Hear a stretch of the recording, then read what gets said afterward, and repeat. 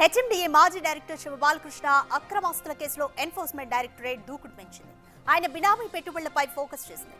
ఆయన పెట్టుబడులు పెట్టి 3 రియల్ ఎస్టేట్ కంపెనీల్లో సోదాలు నిర్వహించింది.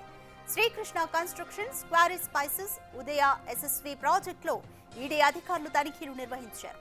బినామీ పేర్లతో కోట్లలో రియల్ ఎస్టేట్ సంస్థల్లో పెట్టినట్లుగా తెలుస్తోంది.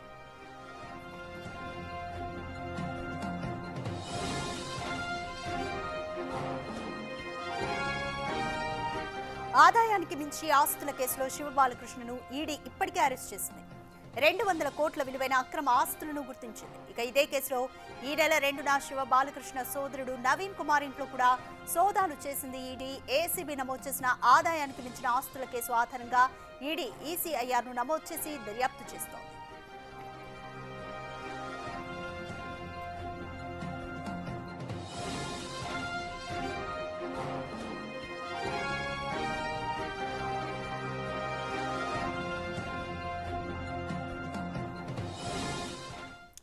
మోర్ డీటెయిల్స్ మా ప్రతినిధి సురేష్ అందిస్తారు.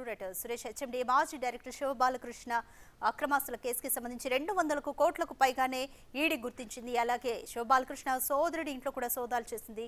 సో ఇప్పటి వరకు కంప్లీట్ గా అక్రమాస్తుల విలువ కానీ అక్రమాస్తుల గురించి కానీ ఈడీ ఎటువంటి డీటెయిల్స్ చెప్తోంది?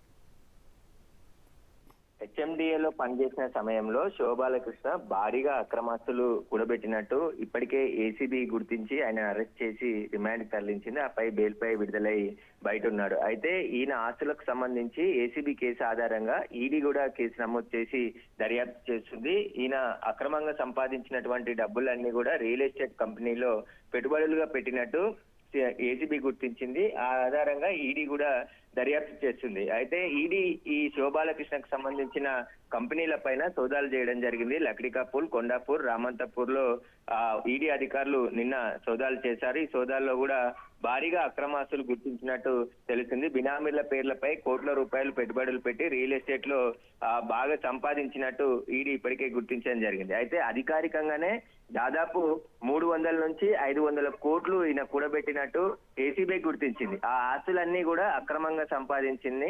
ఆస్తులకు లంచంగా తీసుకొని ఆస్తులు కూడబెట్టినట్టు ఏసీబీ అధికారులు గుర్తించారు. ఆ తర్వాత ఈడీ దర్యాప్తు చేస్తుంది. ఈయన కంపెనీలో ఎప్పుడు పెట్టుబడి పెట్టాడు, ఆ పెట్టుబడులకు ఎన్ని లాభాలు వచ్చాయి, వాటిని ఇన్కమ్ ట్యాక్స్ లో చూపించాడా లేదా, వాటన్నిటికి సంబంధించి దర్యాప్తు కొనసాగుతుంది. ఇక శివబాలకృష్ణకు సంబంధించిన సోదరుడు, ఆయన కుటుంబ సభ్యులు, స్నేహితులు ఇళ్లలో కూడా ఈ సోదాలు జరిగినట్టు తెలుస్తుంది. సోదాల్లో కూడా భారీగా ఆస్తులు గుర్తించారు. ఈడీ దర్యాప్తు చేస్తుంది. ఈ కేసులన్నీ, ఈ ఆస్తులన్నీ కూడా అక్రమంగా సంపాదిస్తే ఖచ్చితంగా ఈడీ జప్తు చేసే అవకాశం కూడా కనబడుతుంది. ఇప్పటికే ఏసీబీ కూడా కొన్ని ఆస్తులను సీజ్ చేసి ఏసీబీ కోర్టులో ప్రొడ్యూస్ చేయడం జరిగింది. కాబట్టి ఇవి కాకుండా ఇంకా మరికొన్ని ఆస్తులు ఏమైనా సంపాదించాడనే దానిపై కూడా ఈడీ ఫోకస్ పెట్టడం జరిగింది.